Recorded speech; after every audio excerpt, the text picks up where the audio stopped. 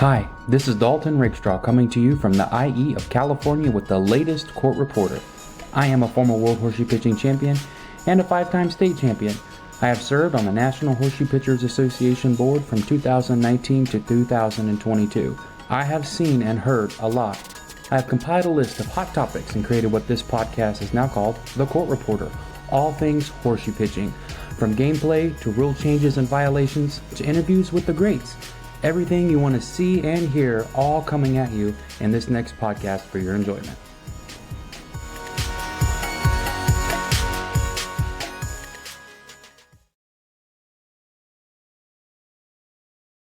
Welcome, podcast listeners, to another episode of The Court Reporter. Today, Josh Olson joins me again once in the studio for another fantastic podcast episode. Josh, how are you doing? Doing good, Dalton. Doing good. How are things up in Minnesota? Is it still cold up there, or what's going on? This weekend has been pretty nice. It's was almost 80 degrees yesterday, and it's right around 70 right now. Can't complain. Excellent. It is cold here in California. It is raining. The tournament today got canceled, but makes way for good more horseshoes later on this year. Anywho, Josh, what is going on in your neck of the woods? How are things going out in Minnesota? I know you had a couple of tournaments. You pitched a tournament in Becker. You've been bowling here recently, but how are things going up your way? Well, talking, in general about like winter horseshoes up here in Minnesota, we've had a very mild winter, I'd say.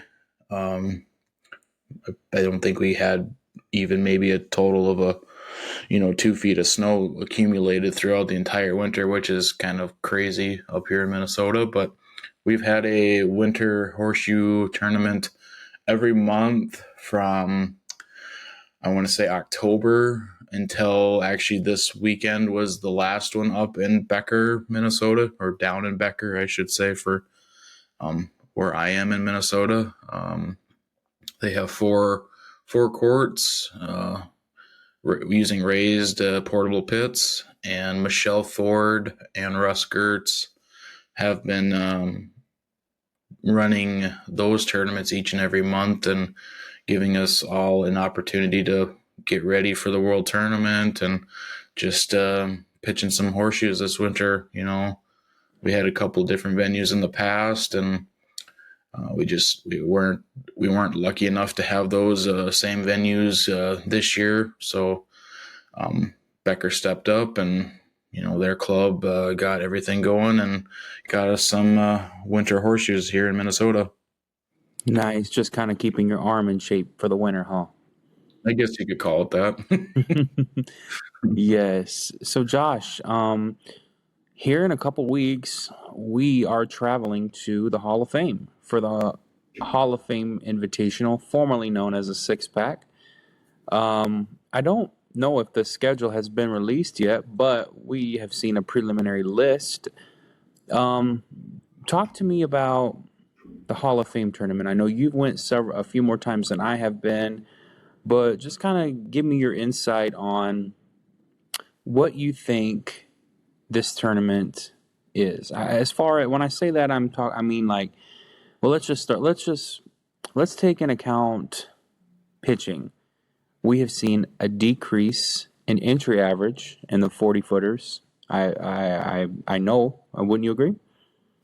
Yeah, I think you and I both started playing in that tournament probably around the same time. I want to say it was either 2017 or 2018. We were both, probably towards the bottom of the cut, and I would say that was around 60%, give or take a percentage or two. And like you said, this year the cut is all the way down to like 52%. Yeah, I mean it's one of those tournaments, in my opinion. It's a pretty prestigious tournament. At least it was at one point. I still think it is. It's literally a mini world tournament for the top 40 footers that do sign up for it, and for the 30 footers with the elders and the women's division combined. You're playing, 15 games of 40 points indoors, against, some of the toughest competitors that you usually only get to see probably one other time a year, and that'd be at the world tournament. So it's like a mini world tournament. Many would say, in 2 days you're pitching close to 800, 900 shoes against some of the toughest in the United States. It's a pretty grueling tournament.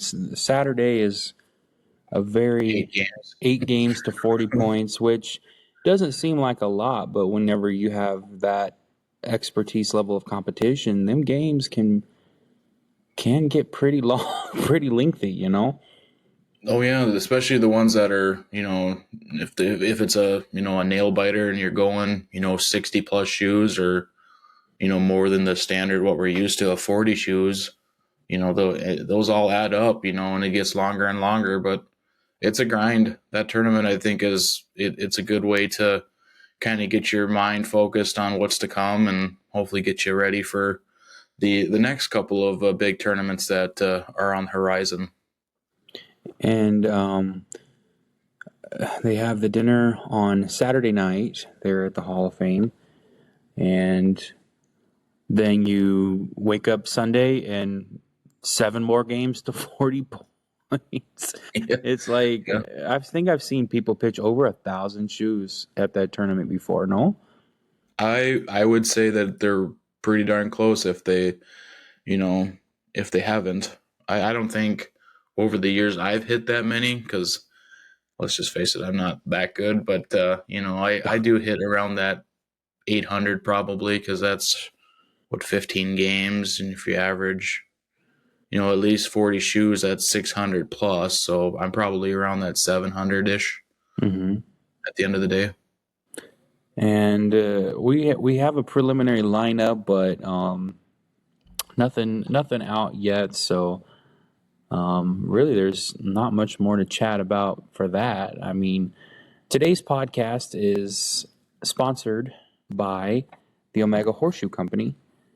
Experience the drop forged difference with the Omega Horseshoe Company.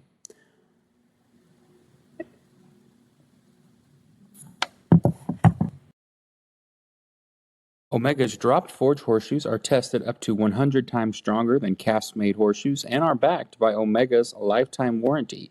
Score more ringers with Gordon, Legend, Competition, or Cadet horseshoes at omegahorseshoes.com, where quantity discounts are automatic and all orders ship free in the United States. Podcast listeners can save 10% more with coupon code DALTON. Just enter DALTON during checkout at omegahorseshoes.com. Omega invites you to experience the drop forge difference. And I appreciate Seth Ohms and the Omega Horseshoe Company for sponsoring our podcast till the end of the year. And his ads will run each episode. And hopefully you guys can find some horseshoe brands out there for him. I know they have the Cadet horseshoes, which is a very light pair of horseshoes for children just starting out, or for elders who are needing something a little lighter to start pitching. Give them a check at omegahorseshoes.com and tell them Dalton sent you and get that discount. Josh, today's podcast, we really don't have a podcast topic idea, which is kind of good because, some of the podcasts that I listen to are just people chatting. That's a podcast. People just random one-on-one. I mean, some of them do have a main topic, like this is what we're talking about. But anytime you feel you want to interject with something, just let me know. We're just going to kind of keep talking about major upcoming tournaments. So I know this weekend is the season opener for the Horseshoe Tour. Josh, have you played on a tour event yet? I have not. It's been on the unofficial bucket list that I have. I'd like to try and get to one of those sometime soon, hopefully. And we will be soon too, because we'll be in Austin, Minnesota, the end of June. So I see your name is already on the entries list, so hopefully that's a good sign. I don't know if it's the same Josh Olson though. And the last name's spelled wrong. Yeah, So. no, it's Josh Olson, not Olson. That's crazy. Let's talk a little bit about the tour. What are your predictions, Josh? I mean, let's look at the 30 footers lineup.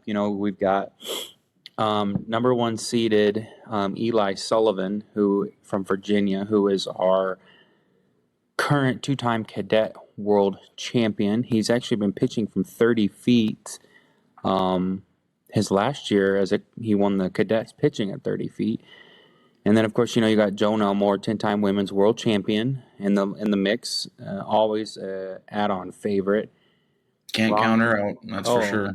No, absolutely not. And then she's a lefty too. Go lefties. Yeah, lefty. Oh man, them lefties, and especially when you get on the court right next to them. And then the worst thing is when you got two of them on the same court when they're playing each other. I know. And then you've got third seeded Ron LeGrand. He was the 2021 Elder Men's World Champion. Now, let me tell you something. Ron LeGrand is no slack. You know what I mean? He has found himself into a playoff last year for the world title again. He got second, but he's no slouch. Don't never count him out for anything. He won last year's stop in Clarksville, Tennessee. He is definitely on the brink of something excellent. And then, of course, Jerry Wingfield from Georgia. He's always odds-on favorite. He's funny. He's a great guy.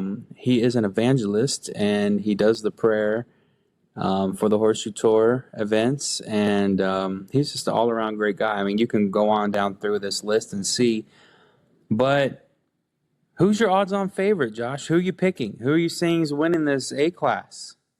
We talking the 30-foot division? Yeah, let's start out with 30 feet right now. Well, hey, Dalton, how do you get to see all this information that you're looking at? Well, go to www.thehorseshoetour.com. And when you get to thehorseshoetour.com, go to tournament info and click on Newberry, South Carolina entries, and then click on the Sioux Snyder Summer Fun summary sheet. All right. I mean, you've got several people in that top group. I mean, it's really anybody's game, but to win, you need to be at least 21 ringers, which is 70, no slouch. You got to be consistent. I mean, you're playing how many? It's six or seven preliminary games. Yeah, 6 preliminary games on Saturday to see if you make that top A cut. Well, there's another one on there too. There's two. You got Jim Cooper. I think April Campbell was a very good pick. Didn't she make women's championship a year or two ago at one of the world tournaments? Mm-hmm. She surely did. Kelly Glidewell and Tim Seagroves. Tim, he's been making his way up the ranks. Larry Davis is on that list. Barb Taylor, Ellie Perry. I mean, it could be anybody. It could be anybody. You just got to have that good game, when you need it. Get hot, I mean, it's horseshoes. You don't have to be the, odds-on favorite and the number one seed to be guaranteed that top 4 spot. But for sure, that top 4 spot pays the best, though.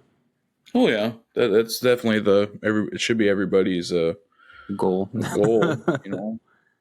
Ain't that the truth? What are you thinking, though? Who's your top 4 pick, Josh? Top 4, I would say you're going to see Joan. In no random order. In just a random order. Joan, Ron LeGrand, Tim Seagroves, and either Eli or Kelly. That would be my guess. I guess my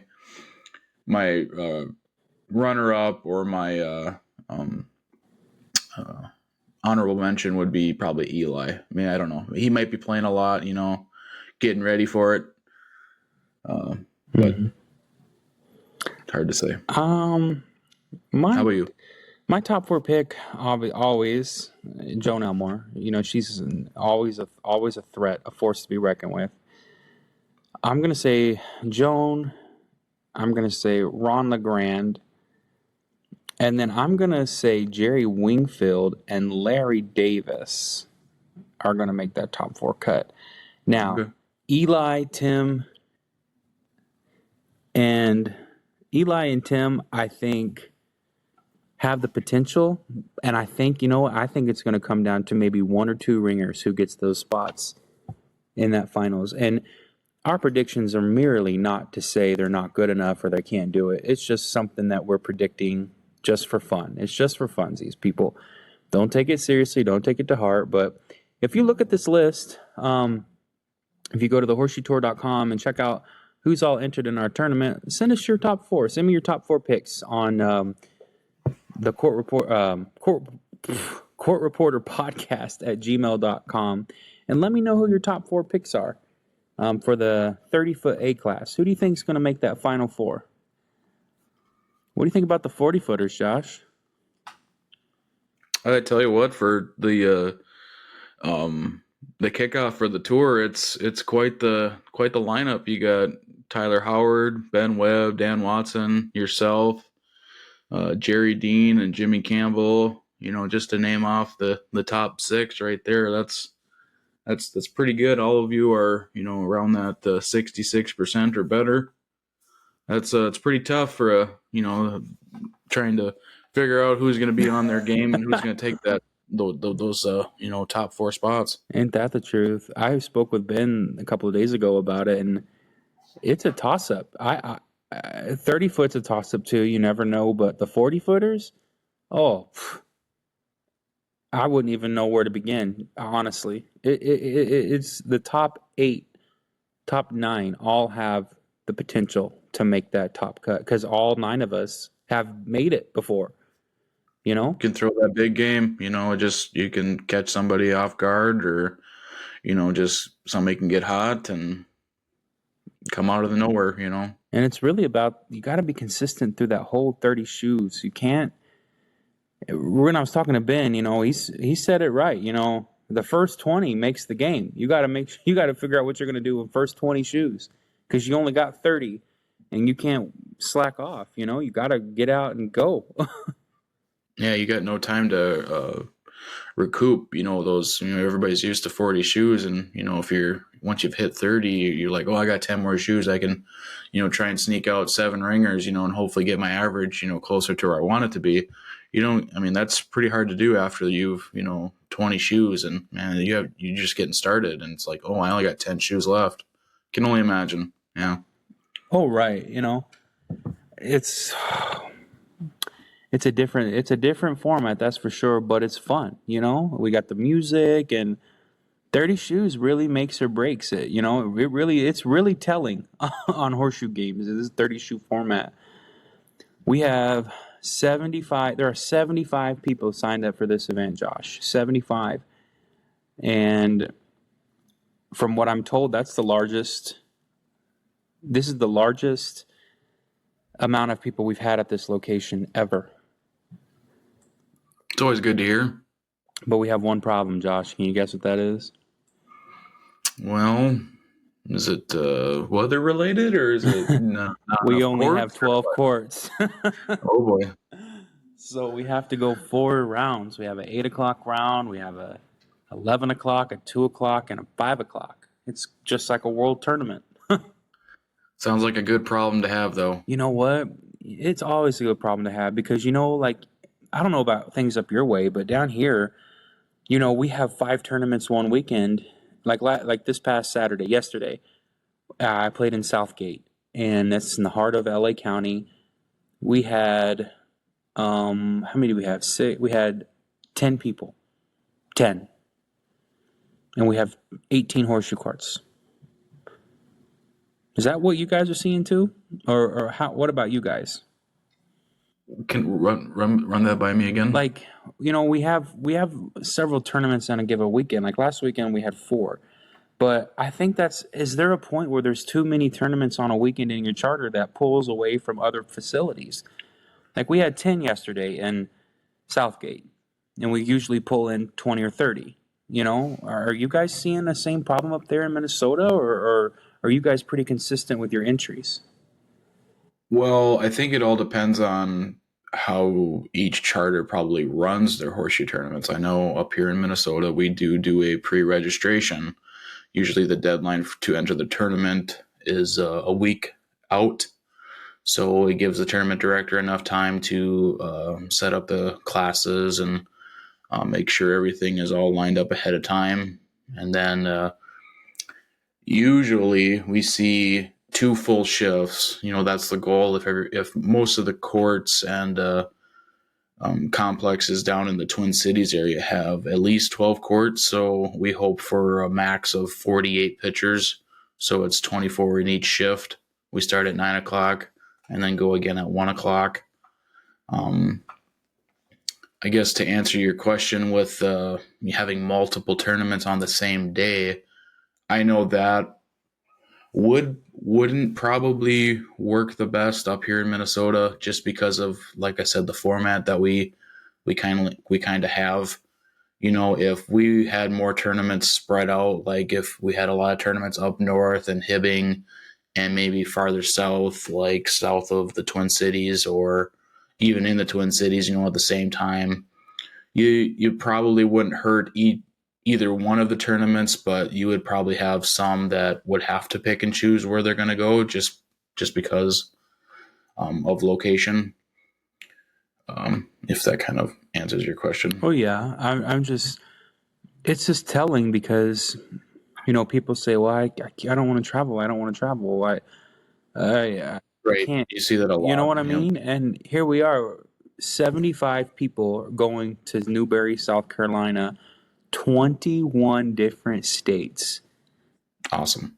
How crazy is that? That's so cool. That's really cool. I mean, that blows my mind, honestly. I don't even know what to say. Must be doing something right, if you ask me. It's about making, like I say, pitcher comfort. When players are excited for a tournament, it'll grow. It'll grow popularity.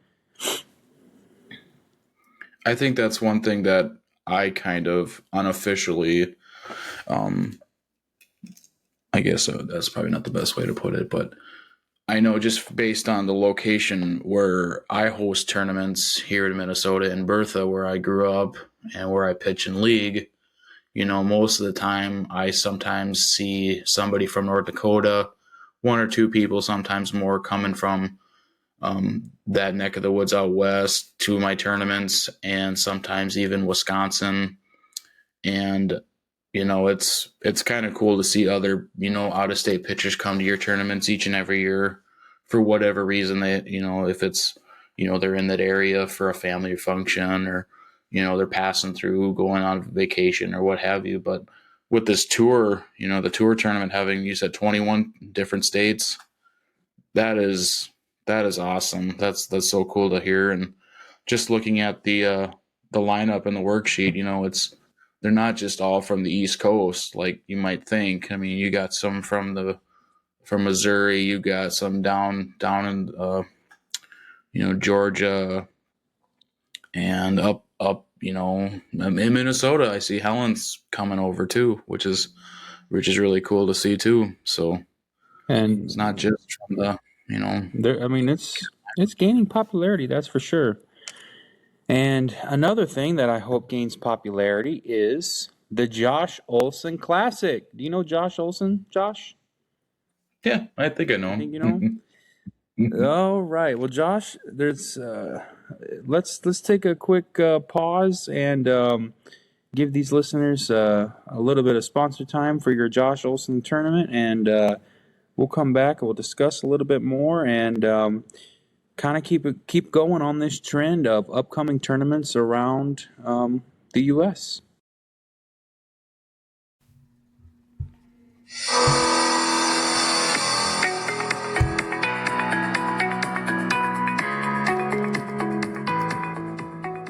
The start of a 3-day weekend in Bertha for horseshoes, starting with the Josh Olson Classic with a new date and back to the original location in Bertha, Minnesota. Friday and Saturday, June 14th and 15th, the tournament is open to the first 80 pitchers with high cash payouts, concessions on site, electronic scoring, and a guaranteed great tournament warm-up before the World. Contact Josh at 218-639-4641 to enter. Entry fee is $40 and that is due before the tournament begins. Entry address is 503 Southwest Brown Street, Burndale, Minnesota 56481. And we'll see you at the Classic.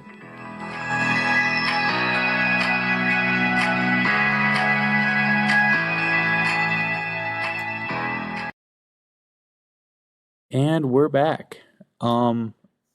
So, Josh, I think we have a kind of a topic to talk about. What do you think? We're talking horseshoes. It's the court reporter. It's two good friends. We're talking horseshoes. What's coming up? You and I we're going to see each other 3 times in the next month and a half, which is kind of crazy. The Hall of Fame. You're going to Team World, and I plan on coming to the Austin Classic as well in June here in Minnesota. So, and you said you're planning on being there, I think, and that's I'm hoping so. And then the World Tournament, and then the World Tournament the next month. Isn't that crazy? So, enough on the tour. Moving on, I guess. Josh, tell me what kind of horseshoes you throw. I throw Ted Allen's. No better shoe, huh? There's no better turn shoe. No better turn shoe. I tell you what, I told Josh, literally, somebody was like, "Oh, what kind of horseshoes do you throw?" I was like, "Oh, Ted Allen's." He's like, "Oh, Josh Olson talked you into that?" I said, "Yep." You can get a royalty from Ted. So send Josh the royalty real quick. Oh man. No, over the years I've been throwing a turn shoe since my last year as a junior back in 2011. And I actually threw Ted Allen's the year prior, but I threw a single flip with them. And I couldn't get my average past 45%. I just, for whatever reason, I wasn't as consistent. But then I switched to a 3/4 turn. And I jumped up to like 65%. I almost hit 70. I think I had like 69% was what I peaked at for 30-foot, my 30-foot ringer percentage on NAF stats. And I just haven't switched from a turn since. When my first year at 40 feet, I dabbled in the 3/4, didn't like it.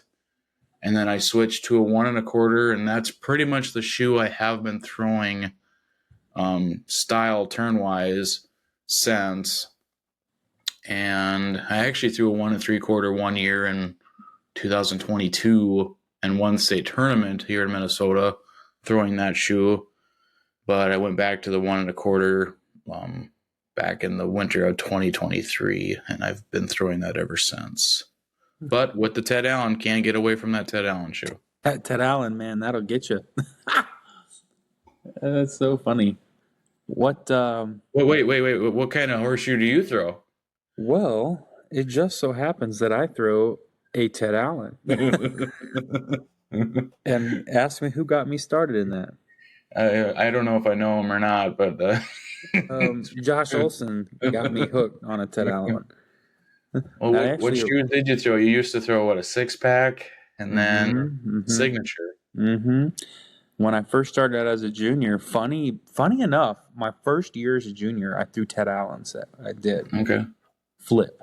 And then my grandmother won a pair of 6-pack horseshoes in a raffle at the Arkansas State Tournament, and she gave them to me, and I pitched them forever. And then 2012, I switched over to the Francis signature, and went gangbusters. You pitched lights out, man. Oh, dude, you threw me for such a loop just now. I was like, huh? What? Yeah, no, dude. I switched over to that's the Alan Francis signature, and I just just went for me. It just clicked. But the thing was, funny enough, when I first started as a junior, I used to throw on the right side, stepping with my right foot instead of left side, left foot. You know what I mean? Yeah. So I switched over to doing it, I guess, the correct way, if that's what you want to call it. Left side, left foot, and then I played with the Alan Francis, and it's been fun. And then I decided to dabble in some Teddies because my friend Josh said, "Hey, why don't you try these Ted Allens? No better shoe." Doesn't your grandpa throw Ted Allens? He does. He throws Ted Allens. He's always thrown Ted Allens. 2 6s. They don't make them anymore, so he stocked up on them. I think he's got. They don't make 2 6s? Man. I don't think they make 2 6s anymore. I know they make 2 7s, but Okay.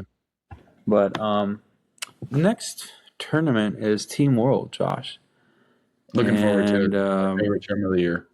That's your favorite one? Oh yeah. I've talked with Jeff Secord, who's the tournament director. We're going to do an episode, so listeners, look for that to come through to you guys. So we'll have a Team World episode. We'll get Jeff on here. We'll discuss the history of Team World. We'll discuss the current lineup for this year, what players can expect, what you can expect as fans from home. The deadline just passed, so we should be seeing that schedule anytime. Oh, that's right. When was the deadline? It was the 10th, so just a few days ago. Oh, so we should be seeing that any moment. Mm-hmm. But I'm going to tell you right now, Josh, Wisconsin #1 is always the powerhouse. Oh, they're going to be tough. They were tough last year and the year before and the year before that. And how many years in a row now has Wisconsin won it?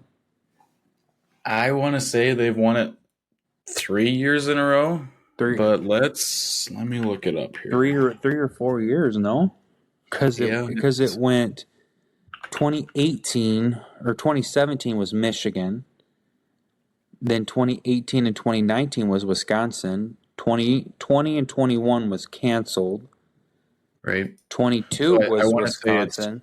2 years in a row. So they won 4 out of the last 4 years because 20 and 21 were canceled. Oh yeah, I forgot because Sarah started pitching in 2022 on the team, but Alina and Penny and Jim Bilderback, I think, and Ken Heinrichs might have won it 1 year. Mm-hmm. And actually, they might have won it 1 or 2 times, I think. Yeah, so I'm looking at it. That was 2019. That team won it together. I'm looking at and then Sarah came in 2022. Yep. The ladies won it that year. It was what? Sarah, Penny, Alina, and was it Lonnie? Lonnie transferred. Yep. Yeah. What do you expect from this year? I mean, have you heard any prospects? I've heard that Team 1 from Wisconsin has a different 40-footer than they did last year. Okay. It's their state champ, I believe. The name is, I have a blank for who won it, but it's going to be the same 30-footers. It was Sarah, Penny, and Jim, and then the 40-footer. I think their men's, women's, and elders state champs are coincidentally all on the same team this year, and Penny is also on it as well. So three out of 4, 4 out of 4 really tough competitors coming out of the cheese state. What what was his name? Jeff? I think it's John. It's John something. John. Let me look here.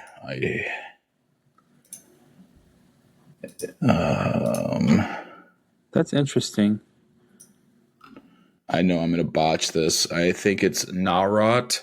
John Narot. Yeah, that's it. John Narot. That's interesting. But so it'll be a newcomer coming to the table. His name doesn't ring a bell for playing in any of the previous Team World tournaments, so it'll be a first timer on a pretty big team to have to be on. Be some big shoes to fill. What do you got coming from Minnesota, Josh? I know you got a team coming. We've got 4 teams that will make the roster. We've got team number 1 is Pat Stump, our current women's state champion. Alan Larson, who is a former men's state champion as well. Myself, I'm the 40-footer. Former men's state champion. I'm also a former men's state champ. Yes. And Tom Prokop, another 30-footer up and coming. That's our team number 1. Team number 2 is Helen Hawkinson, Jeff Washburn, Jerry Work, and Mark Smith. Team number 3 is Brad Heath, Joe Mueller, Gary Boots, Russ Gertz, and the other person's name is slipping my mind. Brad, Joe. It's not Michelle, because Michelle is going to step out. Anyway, they have a team of 5, and then there's another team of 5. It's Janet Larson, Nathan, Eric, and Melissa Deckus. They're all brothers and sisters. And then Andy Olson is the 5th member on that team. So, yeah, we've got 4 pretty good teams going. It's going to be a lot of fun. Like I said, it's my favorite tournament of the year. I look forward to seeing Jeff Secord's email, mid-June. I mean, not mid-June, but mid-January, sorry. Every year. That just gets you wild up and ready to go. It's like, I got something to look forward to this winter, this long winter here in Minnesota. So I get to be a part of helping put the teams together here in Minnesota, which is a lot of fun as well. So I'm looking forward to it. California's coming, right? That is correct. California IA. We do have a team. Just 1. We don't have 4. It's a little further traveling time for us. Just a little bit. I think we're all flying to Chicago and driving in. I know 3 of the 4 we've confirmed our plans, which we have all, everybody's going to be there, but I think we're all flying to Chicago and driving in. We have Hastine Begay on our team, California Junior Boys Champion, runner-up World Tournament Champion, boys, cadets, same. He is a solid 75 to 80% player. He's pretty phenomenal if you watch him. His single flip, and I know he's pretty athletic in other sports.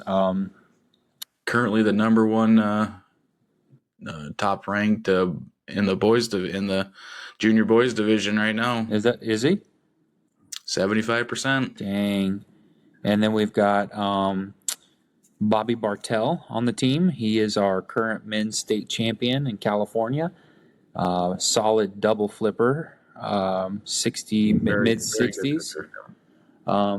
We have Diane Louise from Central Valley, California, from Tulare, and she's our current women's state champion.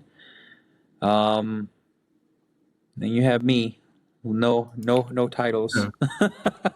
No men's titles yet. No titles to keep things going. Just me. But we're excited to go. This is the first time, and I think they said 21 years that California has been represented in this tournament. But we have big shoes to fill, because the last time it was Walter Ray, Gail Sluice, Sharon Paddock, Billy Sue. I mean, they had everybody was over 70%. Now, again, 20 years ago, averages were a little different. There was a lot of better players back then. But we're excited. We're ready to go, and we're hoping that we can just make that top 7 cut, or what is it? 7? Yeah, 7. Top 7 cut, yep. And the playoffs, and get the playoffs. That's what we're hoping for. There's going to be some tough teams this year. I know Missouri is going to have a tough team. Missouri always has Missouri has a good 2-3 solid teams every year, it seems like. And Illinois is going to have a different team returning this year. I know Austin Bailey did not play last year, and there's a couple of 30-footers that did not make it as well from Illinois. So we'll see a totally different team going again this year. Washington's coming back. Matt and Don and Cindy and Carlton, I believe, is their fourth member's name. Ohio's coming back. That'll be tough. You can Alan and Amy. Michigan.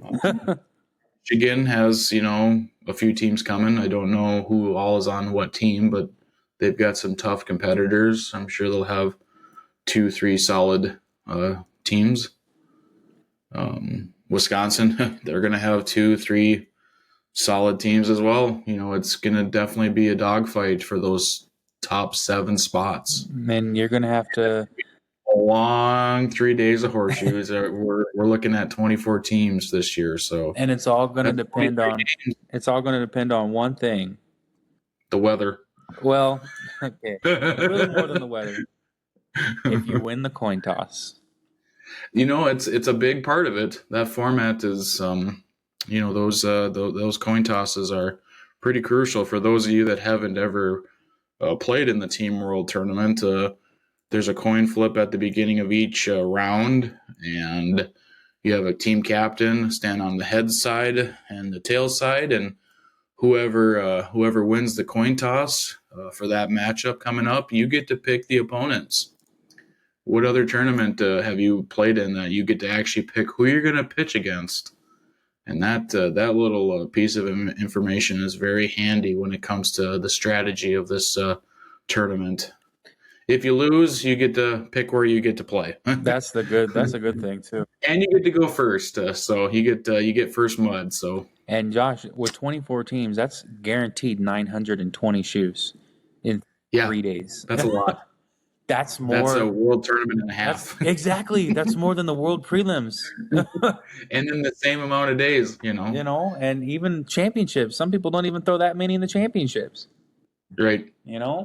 But I'm looking forward to it. I didn't go last year. I think I'm 2 years out, but I think we got a solid team going, and I'm interested. I'm excited. Did you bring Jeff on and discuss Team World? And I can't wait to see that lineup and schedule and get it to my team. You guys got jerseys this year? You got team shirts? Yeah, we went. Last couple of years, we've been doing some shirts, jerseys. This year, we went with a bowling company. It's called EFX Apparel. I went with them, and we've got our jerseys. I keep saying shirts, but they're jerseys.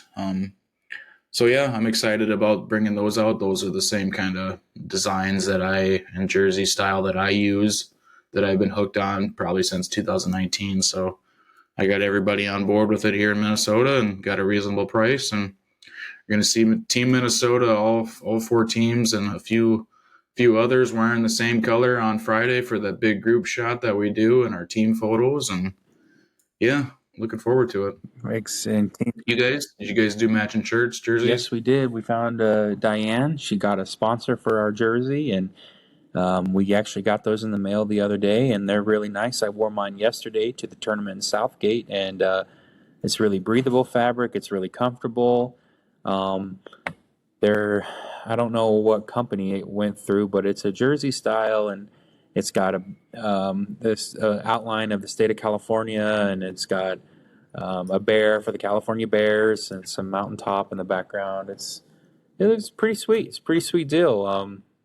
Shirts are always a hot topic. We're excited for the photo op and photo shoot, and we also got Gavin and Bobby Begay, Hostein's parents. They are our managers, so they'll be in the shirt and doing our coin toss for us and doing all that preliminary work that we see that we want to have done that, sometimes you don't have time to do.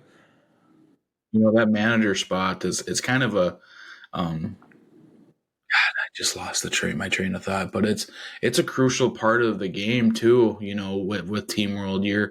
it's usually somebody that's keeping an eye on how, everybody that you got coming up in your, round robin, how they're pitching, what their ringer percentages are looking like. Are they winning? Are they losing some close ones?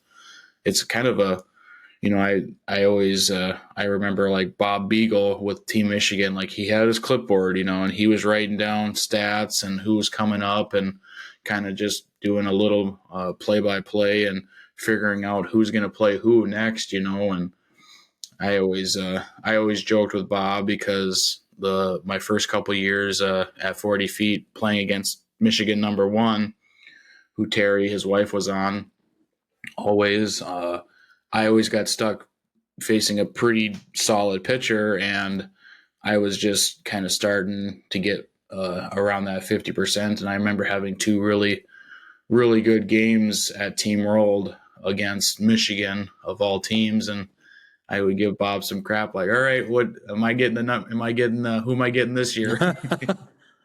Because that's that coin toss, man. That's crucial. It is. You've got to. You don't have to, but it really makes it easier when you're trying to figure out who's playing who. But oh man, Team World, it's coming up, dude. I hope Minnesota's ready because it's. Oh wait, do you have reservations at I the hope we are Rock? too. I hope we are too. It's like I said, it's a lot of fun. Everybody's looking forward to it. I didn't catch that, Josh. We have a reservation for 75 at the Rock, right? No, little inside joke. Yeah. Little inside joke. Mel, we love you. We're excited. Yeah. Always gotta hang out with Mel and the Missouri crew with everybody going out to eat. That's what's a lot of fun about Team World anyway. It seems like you don't really get that kind of an opportunity to do that at the World Tournament. Get a large group of people to go out to eat after everybody's done and just hang out and just socialize and just have a good time. It seems like Team World just seems to be the perfect tournament for that kind of environment and it's very everybody laid hanging back. out. Yeah, it is, but it's a very serious tournament at the same time. That's what's weird about it is you hit it right there. It's laid back, but it's very serious because you just as many teams as you have that are going to try to make a name, you have just as many there for the fun. They're just there to have fun. Yep. Well, that is Team World, you guys. We're looking forward to that. When is May 16th, 17th? It sounds right. 17th, 18th, and 19th, I want to say, is when it's going. Yep, 17th, 18th, and 19th is when the competition is happening. And if anybody's wanting to sponsor Team California, let me know. I got Venmo. Is Minnesota accepting sponsorships? Oh yeah, I'll take any kind of money we can get. Funny.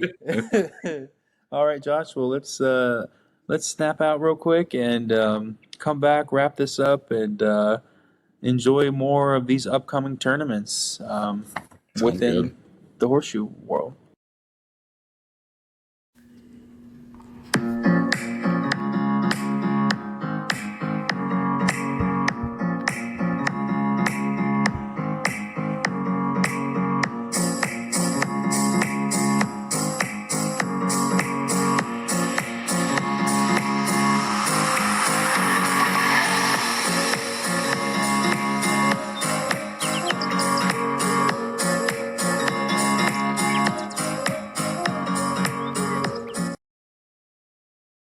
Well, Josh, sometimes, like you were telling me in this last break, you just gotta sit back and relax, not have a serious topic to talk about all the time, but also keeping in mind our audience, Right.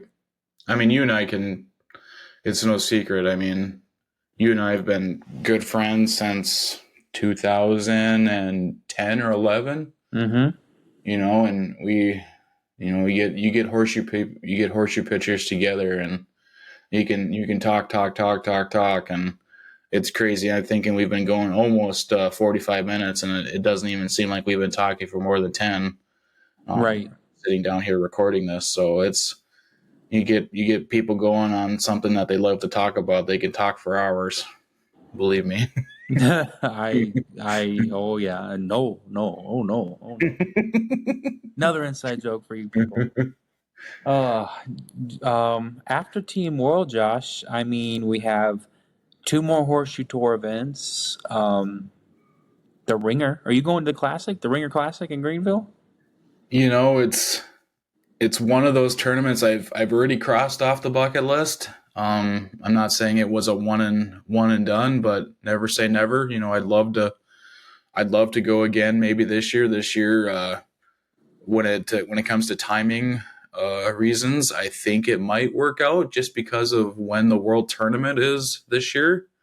So it's kind of a wait and see. We'll see what happens. I'd love to go out again. I think the Ringer Classic this year will be a big one because of the location of the World Tournament this year. So definitely keep an eye on it. I think I saw Brian Fisher, the tournament director, posted the entry form is available on the Ohio Horseshoe Pitching website. So if anybody is interested in playing in the Ringer Classic this year, you can sign up. I went to the 60th annual back during COVID. COVID was like okay, the World Tournament's not happening, so I'm going to go cross off a tournament on the bucket list, go to the Ringer Classic, go pitch against Allen again, and I pitched against some other really good pitchers from out in the East Coast, and had a lot of fun. And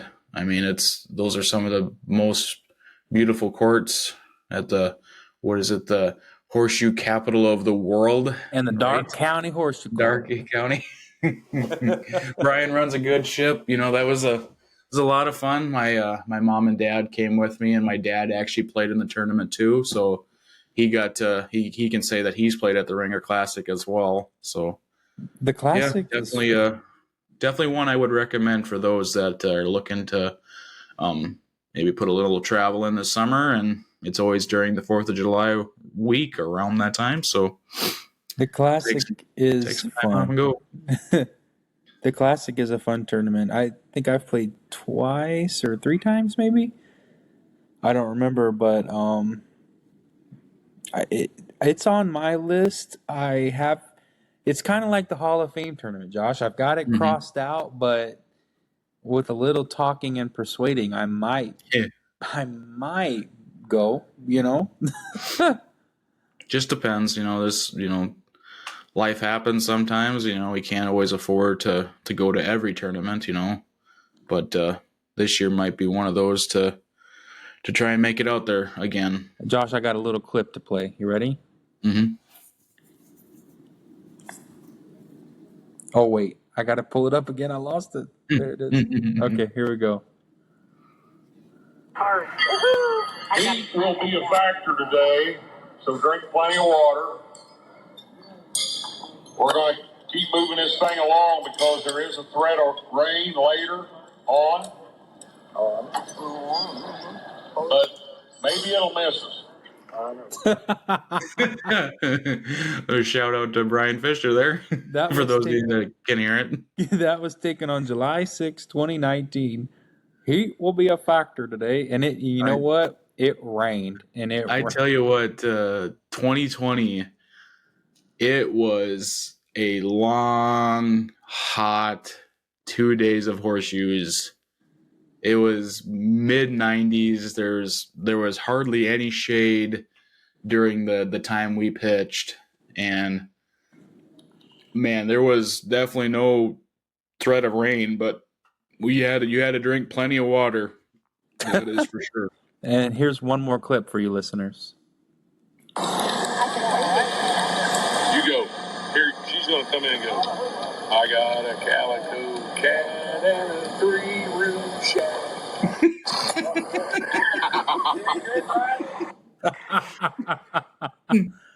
Maybe I think we just found another person you should have on the podcast there, Dalton. Yeah, Brian, he would be great. I hope, Brian, you've been following these episodes. We talked about the Ringer Classic. Yeah, and that's That's another 40-point tournament. Yep, that's another big one.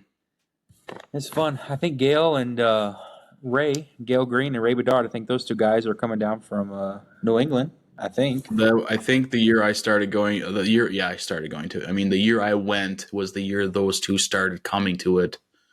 So I got a chance to play those two, and Rick Howe and Austin Bailey made the trip, and Ben Webb, and I'm trying to think who else. Daryl Miller from Ohio. Gary. And of course, Alan. Gary was on the roster, but Gary had to drop out. But Gary was there. But moving forward, we got the World Tournament. That's a whole podcast in itself. Mm-hmm. And I mean, you could just keep going with more and more tournaments around the world. And I'm just kind of glad today we just kind of took a step back and just started chatting about horseshoes and horseshoe tournaments, Josh. Just creating a buzz, because it's something that we don't have right now, and just really talking up horseshoes and talking up what tournaments are coming around, and trying to pique interest. If anybody has any interest in any of these tournaments we've talked about, just email me at courtreporterpodcast@gmail.com. I can lead you to the information, or what you could always check, Josh? Issue. Talk to us about Issue, Josh. Run us through where you can find that stuff on Issue. Oh, if you go to nhpa-issue.com, that's your location for upcoming sanctioned tournaments. You can also get to Issue by the horseshoepitching.com, our NHPA official website as well. You can see your results from tournaments. You can see upcoming tournaments. You can see past results from tournaments. That's where you go to check out what's coming up in your area or in the area you're going to be traveling to. Check it out. And to that, Josh, I thank you for joining me in the studio today, and hopefully we've created a little bit of horseshoe buzz within our community, and hopefully we can see more, entries in tournaments around the United States, And I think with major tournaments coming up, I think this weekend here, the Horseshoe Tour has really set a precedent for how horseshoes is going to be this year, with over 75 people from 21 states traveling to a horseshoe tournament for 2 days, Good, sign of good things to come, hopefully. I agree. Josh, what do you got left? Tell the listeners what's going on in your life. Anything good? Well, I don't got any tournaments coming up until the Hall of Fame in Wentzville, which is the first weekend in May. Going to be doing some practicing here between now and then. I got 2 more weeks of bowling. We're wrapping up, so once all that's done, I can focus on throwing some shoes and getting ready for that. There you have it, Josh. Thank you for being with us today, and we'll see you in a couple weeks, all right? Sounds good, Dalton. Take care. Take care. Bye, listeners. We'll see you on the next one, and look for the next one to be a fun topic, and hopefully I can get my friend Michelle Ford in here, and we can talk about the social media and horseshoes and how to, where to find things on TikTok and what to do. And I just want to thank you, listeners, for a great first month on the podcast. We had over 300 downloads on our first month, which doesn't seem like a lot, but considering we're just taking off and we're just starting this up, 300 is a pretty good number. And we ended up with 4 countries, United States, Canada, Mexico, and Australia, with downloads to this podcast. So kudos to you guys. And again, thank you for staying tuned and staying with us through this podcast. I'm excited to see where we take off going into summer. I'm excited to see what the summer holds for not only the podcast, but horseshoe pitching and you guys in general. If you guys have any ideas or any shout outs or comments, if you guys want to sponsor a segment, just email me at courtreporterpodcast@gmail.com. I'd be glad to get you that information, and I'd be glad to let you guys hear what you want to hear with podcasting. Again, I hope you guys have a great 2 weeks. We'll see you in 2 weeks. And as always, pitch those ringers and enjoy the time. And hats off to summer. Let's go. Cheers, everyone.